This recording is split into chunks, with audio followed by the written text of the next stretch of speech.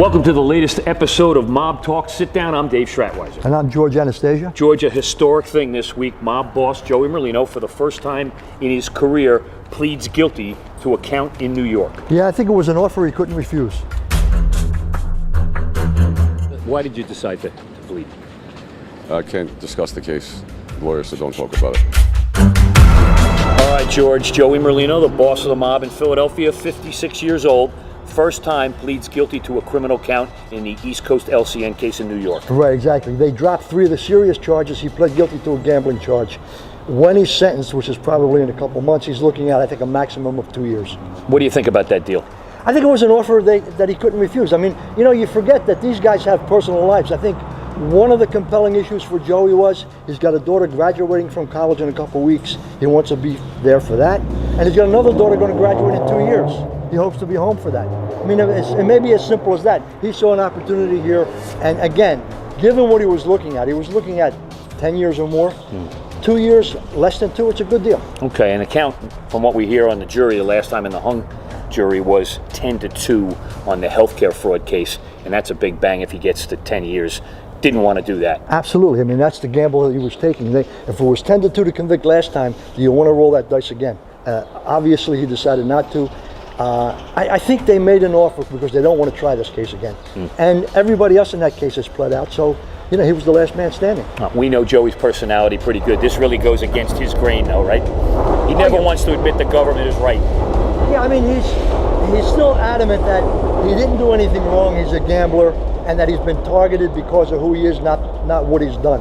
And he says that again and again and again. And I think he was hoping to go to trial, beat the case, and then be able to publicly stand up and say all of that. He may still say that at the end of the day when he comes out of prison, but at this point I think he's opted to take I guess the course of least resistance and what's best for him and his family. He wanted to play some tapes in the next go-around if they went back to trial again, and it seemed like the judge wasn't going to let him play certain tapes that he wanted to put in that kind of messed up with the witnesses, or messed up the witnesses, I should say. My understanding was those tapes confirmed what Joey's been saying all along. I'm out of this life. I don't want any part of it. And apparently there were some tapes where the cooperator, J.R. Rubio, says as much.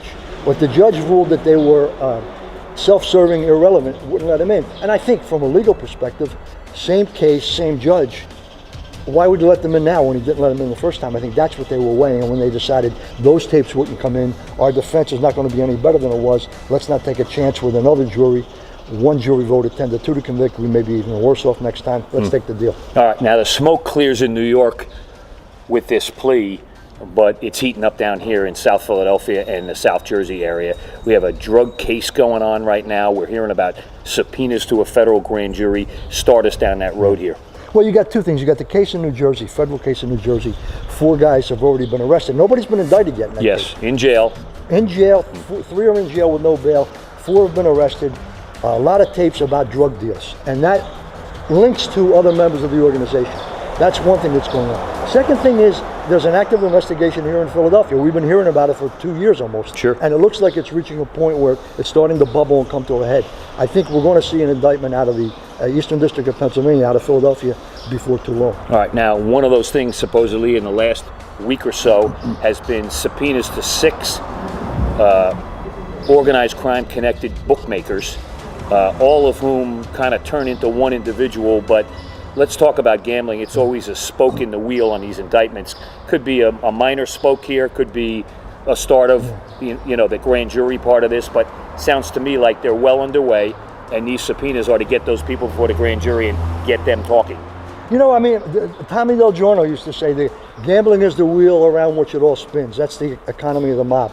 And this, and as you mentioned earlier off camera, bookmaking a gambling charge is usually one of the last things they put into an indictment because it's pretty much boilerplate. Here's what it is, here's what happened, let's add that to the racketeering indictment. So if we're to that point in this investigation, if they're starting to pull in bookmakers, I think they're kind of tying up loose ends and putting it all together. That's a signal to me that something's coming. All right, now a central figure here who seems to be the focus, we're not going to use other words, but he seems to be the focus of this part of the investigation, appears to be Dominic Grandi, who's a capo. Yeah, I mean, that's been mentioned in law enforcement circles, and it's been mentioned on the streets. I think he's aware of it. I think he was connected on tape to the drug investigation in New Jersey. no indication he was dealing drugs, but he was meeting with people who were wired up. And he's not charged. He's not been charged, but he's an interesting individual that the feds and the Philadelphia PD have always had their eye on. And this current federal investigation in terms of the gambling seems to be leading up to him. It remains to be seen what will happen, but you've got two different situations. Is he going to end up getting jammed up in New Jersey because of something he said on tape over there, or is what he said over there segue into what's going on here and he gets jammed up over here? Don't know, but I think the expectation downtown is he's got a problem and he and some others may end up being indicted. All right, and part of that problem is wiretap conversation about pushing money up to the top in organized crime. Doesn't name him. It says individual number 2, but it says everything goes up. That's what we do. That's our structure. I do it on a weekly basis, meaning kicking up money to the higher ups. Yeah, money always flows up. I mean, and again, that comes back to those tapes that were made in New Jersey where you not only had an informant wired up, you had an undercover FBI agent wired up. His tapes could prove to be even more damaging because of his credibility as an agent. Yeah. And I think there's discussions, we've seen an FBI affidavit that makes reference to these tapes. We haven't heard all the tapes.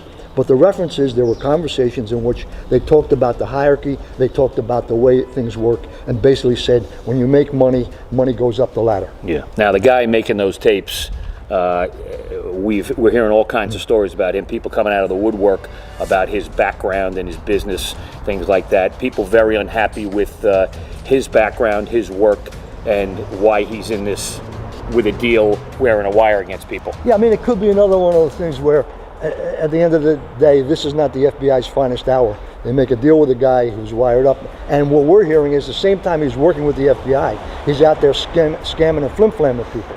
That would come out, if and when he becomes a witness. The difference is in this case, they've also got the undercover FBI tapes. They may not have to put this guy on the witness stand, which helps their case. Yeah, sure. Because if he's going to get beat up a lot, put the FBI agent on, he'll talk about the tapes. Yeah, why bother? Why take that risk? One of the things that happened to Joey's case in New York, J.R. Rubio, the informant, gets up on the stand and he got beat up very badly. So did a couple other government witnesses. At the end of the day, in Joey's case in New York, I think the reason the jury was leaning toward conviction was Joey's voice on tape saying some things that seemed to implicate him. Yeah. You got the same kind of situation here. You don't necessarily need a witness who's got no credibility. All right, now all that going on, and now we're getting wind that the organized crime figures, the mob guys, the top guys here in Philly are getting together, strategizing, kind of scheming. There's some meetings we're hearing about on the street. Walk us through a little bit of that. Yeah, I mean, these guys are always under surveillance, so we're hearing stuff from people who are watching them. Some of the meetings could be strategizing about, all right, what happens if so-and-so gets indicted, what do we do? If Joey goes away, what do we do? Could be that kind of thing, planning for the next 6 months, planning in advance. The other thing is, some of it is just socializing. I mean, in addition to these supposed strategy sessions we've heard about, there apparently was a big dinner at a restaurant downtown last week, and right before one of the Flyers games. So part of it is social, part of it is Joey's in town, let's get together, and part of it is, all right, they know what we know. They know something's coming, or they suspect something's coming. If it comes, what do we do? It's basic business management. All right, and the FBI likes to see those kind of meetings. Am I right? Little get-togethers. They like little get-togethers, especially when all the top names are there. Somebody's always watching, and probably somebody's out there with a camera taking pictures. And those pictures show up when you're talking to a jury. Always. We asked you about Meek Mill got freed this week. Yeah, I'm glad he's home with his family where he belongs. He belongs home with his family. Have you spoken to him at all? Through text, yeah. All right, George, one final little news event in Philadelphia. Rapper Meek Mill gets let out of prison this week.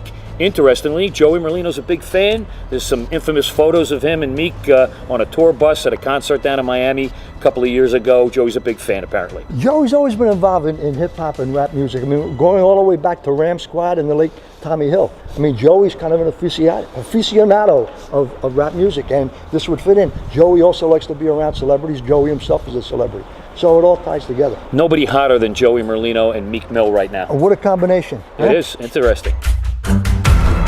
All right, George, looks like we're in the wait-and-see mode here. Do we get a small pocket indictment with 7 or 8 guys, or do we get the big bang, a big racketeering indictment? Yeah, and this time I don't think it's a question of if, it's a question of when. We'll have to see. That's it for this edition of Mob Talk. See you again.